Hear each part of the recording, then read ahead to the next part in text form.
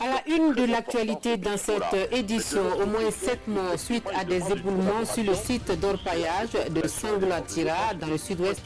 Les sites d'orpaillage sont officiellement fermés sur toute l'étendue du territoire national. On en parle dans quelques instants. Donald Trump qui annule son voyage au Danemark et sa rencontre avec la première ministre danoise après le rejet de son offre d'achat du Groenland.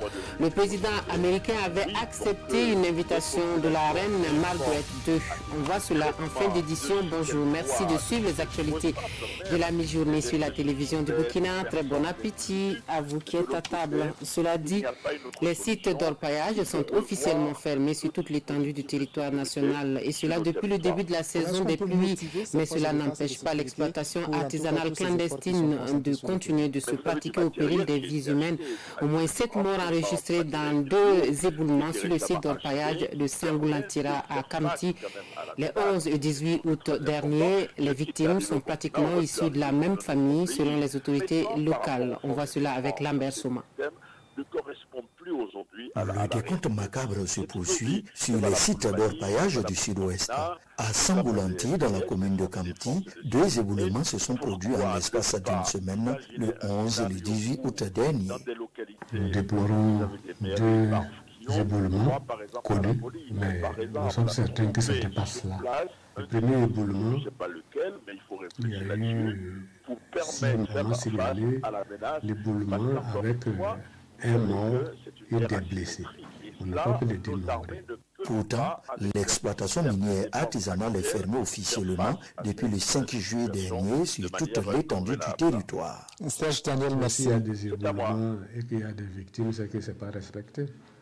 Je pense que chaque année, on fait le communiqué, on rappelle, on va sur le terrain pour leur dire de ne pas. On a fait des réunions plusieurs fois avec les responsables villageois, les CVD, où on a dit sincèrement, c'est un site qu'on ne va pas autoriser. Autorisation ou pas, le site d'orpaillage attire la convoitise des populations et elles sont prêtes à tout. Et il a essayé de les parler, il a été agressé par ces mêmes gens. Et ce n'est pas d'autres personnes, c'est des ressortissants de son propre village. Oui, il a été tabassé. Heureusement, il n'y a pas eu quand même de blessures. Et il est revenu me dire, écoute, si on va là-bas seul la nuit, on risque d'avoir des problèmes. Il dit, bon, si toi-même tu es allé voir, ce sont tes frères, et t'ont agressé, ce qui veut dire que si nous on va là-bas, on va récolter vraiment les pots cassés. Le conseil municipal de Kamti a les yeux tournés vers l'Agence nationale d'encadrement de l'exploitation minière artisanale et semi-mécanisée, ANEMAS.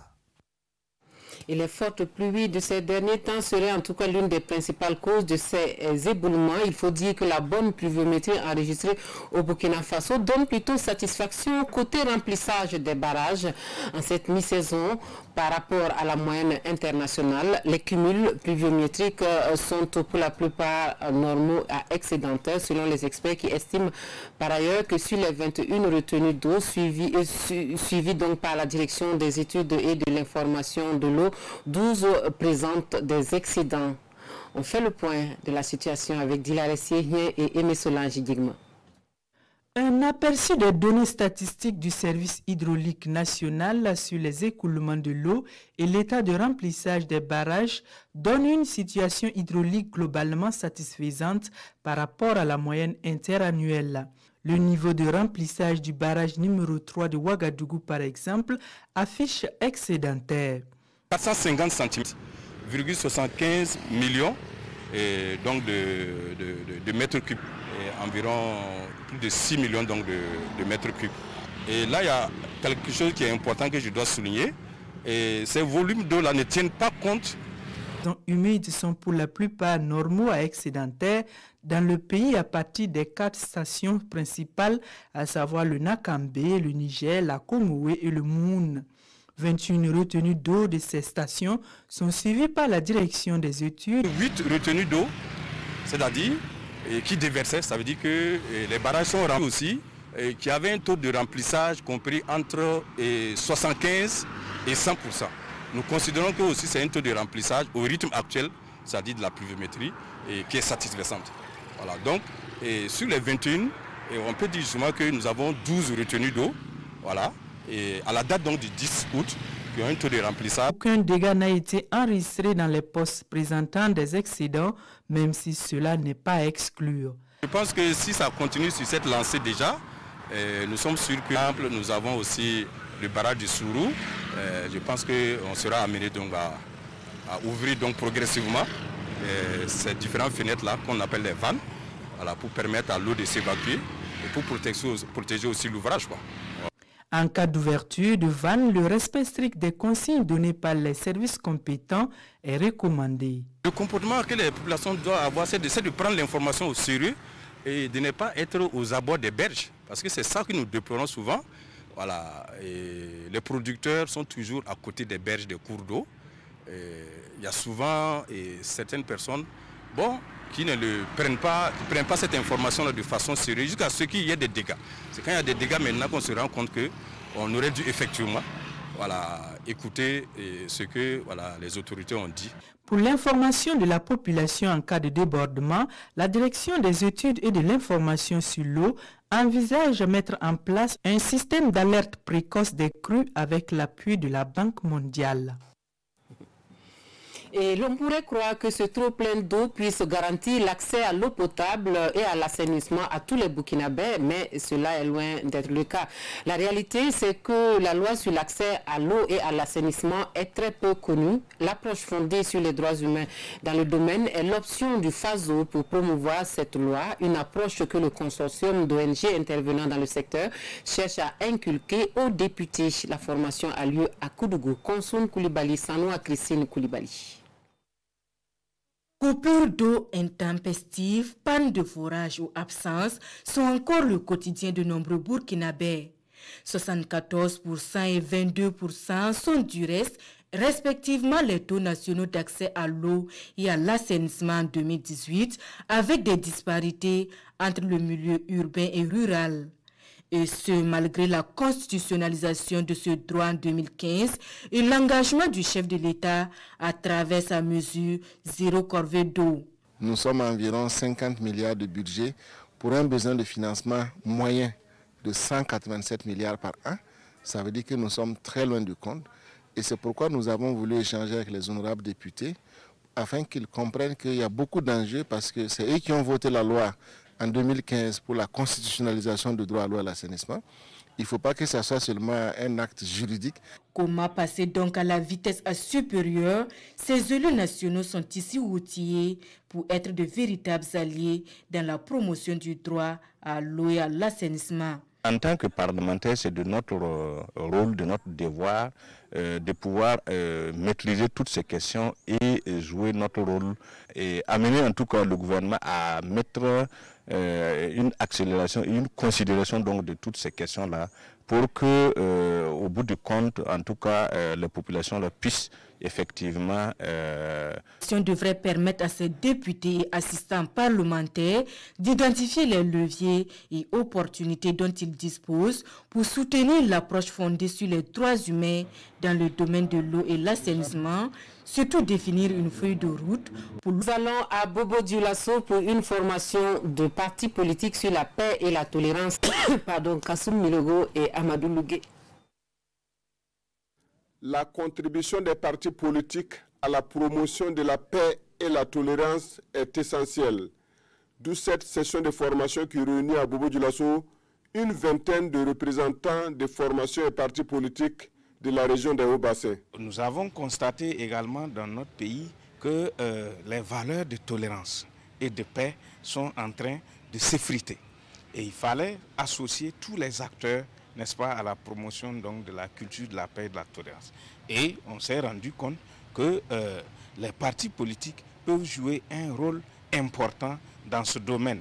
Ces représentants des partis ont donc une mission, s'informer d'abord et sensibiliser ensuite les militants à la base sur la culture de la paix et la tolérance dans notre pays, un pays en proie à l'incivisme et la montée de l'extrémisme violent. Nous avons constaté que lors des élections, des opérations électorales, il y a beaucoup de violence, beaucoup d'actes d'intolérance, beaucoup d'actes d'incivisme.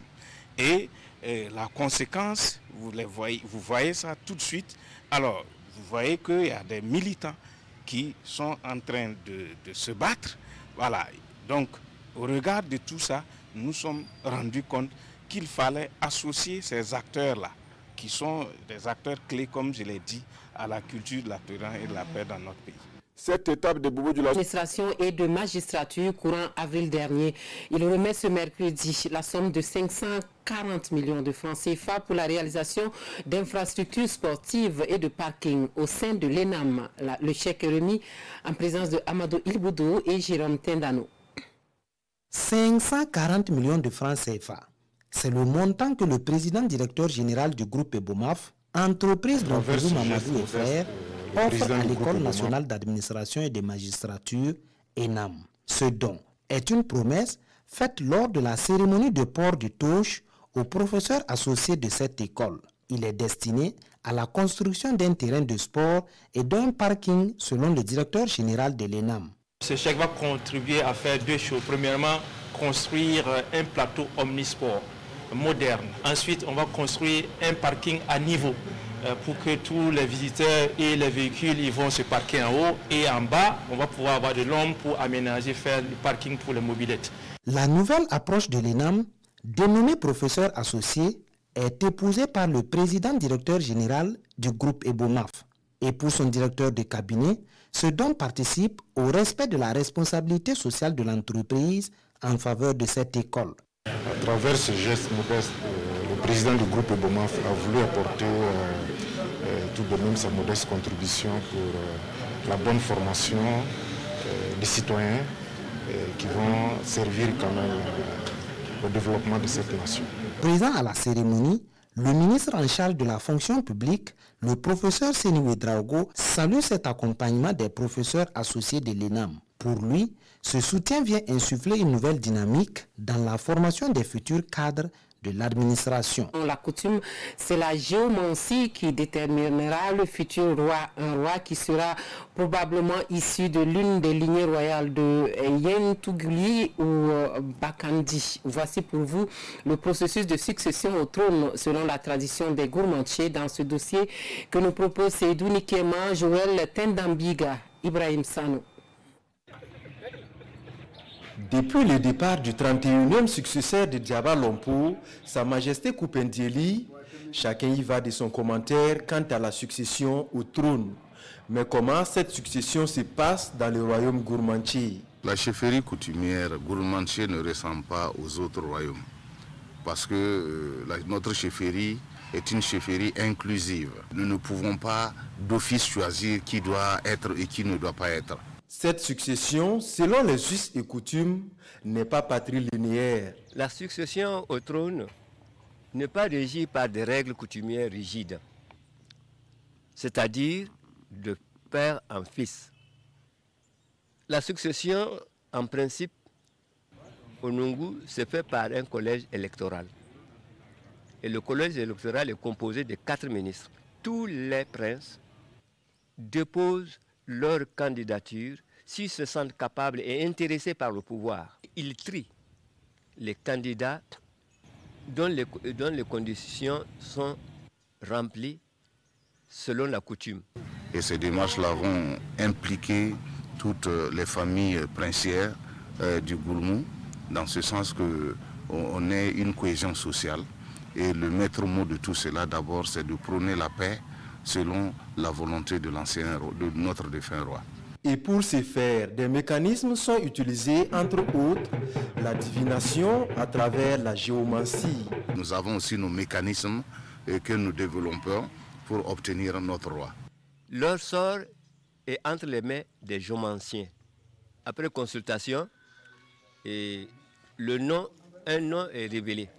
Ce nom qui a été révélé par le sable reste secret parmi les membres du collège électoral. Quel que soit le nombre de prétendants au trône, seul l'élu des ancêtres sera retenu pour l'intronisation. La lignée de Bakande, la lignée de Yentougouli.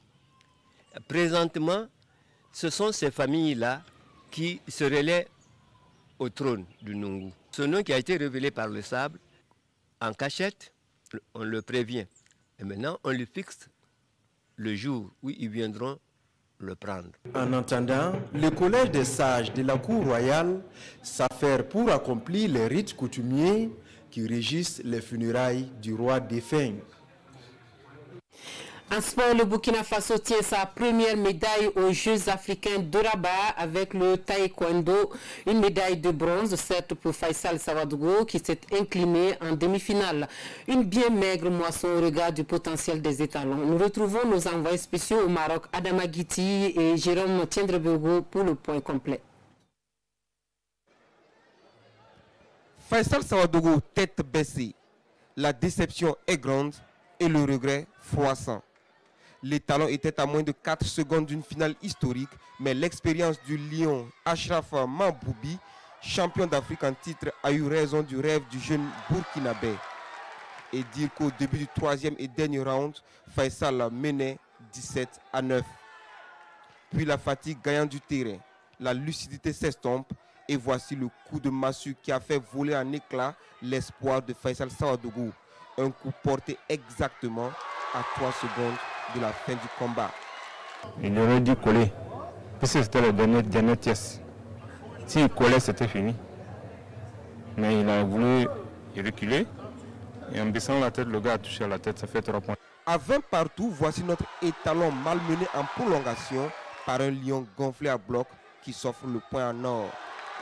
C'est vrai que j'ai une médaille de bronze, mais je suis dessus d'un autre côté parce que ce n'était pas mon objectif. L'objectif vraiment c'était d'aller jusqu'au bout et de remporter une médaille d'or en rencontrant le champion olympique ivoirien en finale.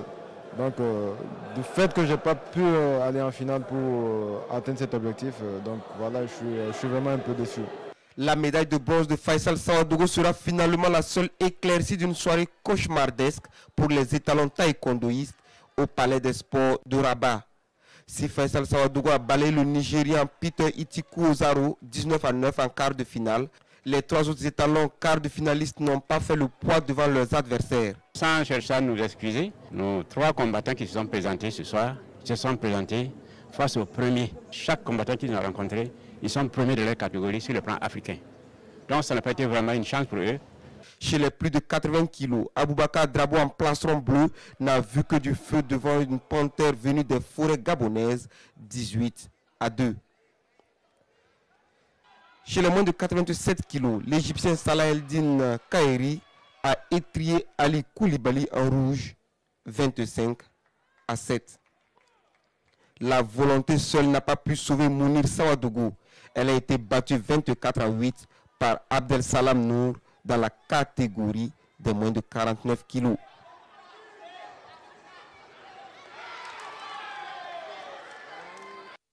L'étranger, le président américain annula sa rencontre avec la première ministre danoise.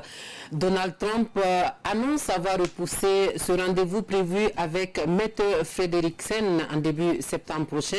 La raison de ce changement de programme, le manque d'intérêt du chef du gouvernement danois pour un éventuel achat américain du Groenland. La première ministre du Danemark se dit contrariée pour l'annulation de la rencontre, mais aucune crise en vue entre les deux pays. Donald Trump est parvenu à plonger tout un pays dans la stupéfaction.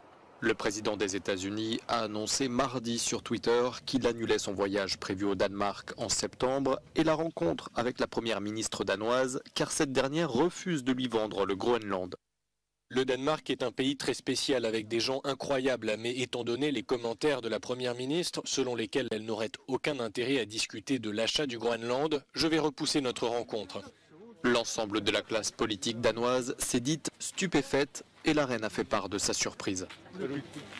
La semaine dernière, Donald Trump a confirmé s'intéresser à ce territoire autonome rattaché au Danemark en qualifiant son éventuel rachat de grosse transaction immobilière. Le Groenland, immense île de l'Arctique, grande comme 4 fois la France et riche en ressources naturelles, pétrole, gaz, or, diamants ou encore uranium.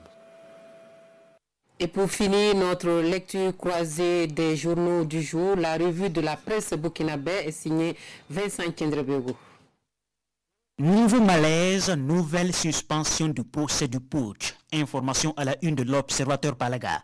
Maître Antoinette Ouedraogo, 62 ans, a été victime d'un malaise alors qu'elle défendait à la barre les accusés Herman Yambego et Léonce Koné. Elle est évacuée de la salle de l'audience sur une civière, entraînant du coup la suspension du procès qui doit reprendre demain, vendredi. Coup de barre pour maître Antoinette Ouedraogo, titre aujourd'hui au Faso à ce propos.